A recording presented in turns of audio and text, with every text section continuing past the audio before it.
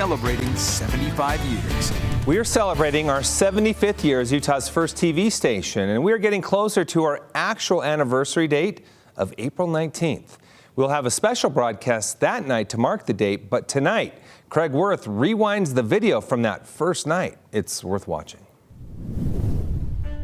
The day had arrived. Almost a decade of building equipment and years of demonstrations.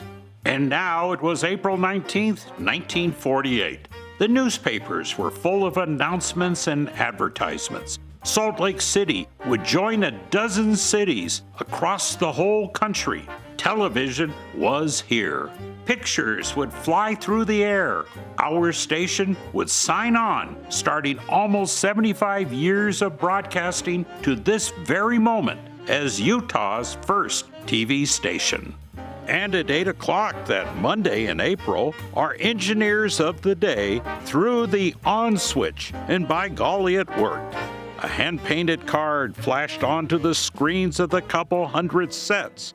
That night, more hand-painted cards would be dropped in front of the homemade graphics system. They announced programs and advertisements. Now keep in mind this was so new, especially in the West, that the paper carried questions from people who might see this modern miracle of science thing called TV here at Channel 4. Will it broadcast on radio? No. Is my present radio adapted for television? No. Is it possible to tune television programs directly from distant cities? No, it will never happen.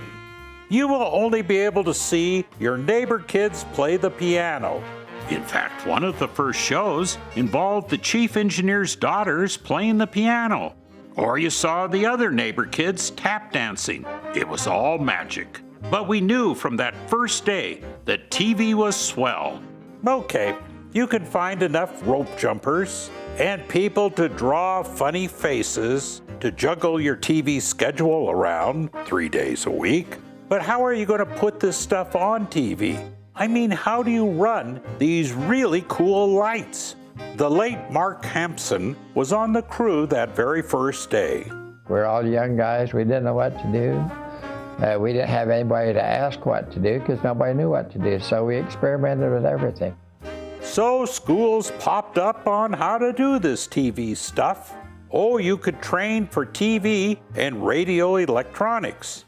And my favorite, radio, television, refrigeration, and air conditioning.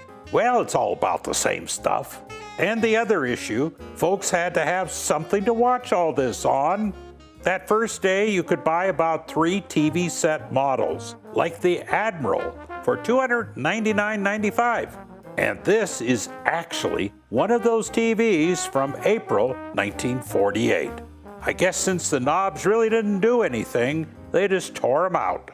But most had to see the Admiral set in a store window. You would gather around and watch, with people watching you. ZCMI had one in its window. George's Furniture had another. Come on down and see the first night of TV. And a tavern in Murray would get one in time for the fights. Oh wow, you could buy one for your own home and be so cool. You know, there were so very few TVs back then that the newspaper would do stories on those who had televisions, such as this one, a prize 1948, and people posed with their sets. And indeed, this is Mrs. Hiskey in front of an identical Philco TV. And we salute the viewers. And we salute those who put the station on the air that night. They were the pioneers. Craig Wirth, ABC 4 News. Time now for Utah's most accurate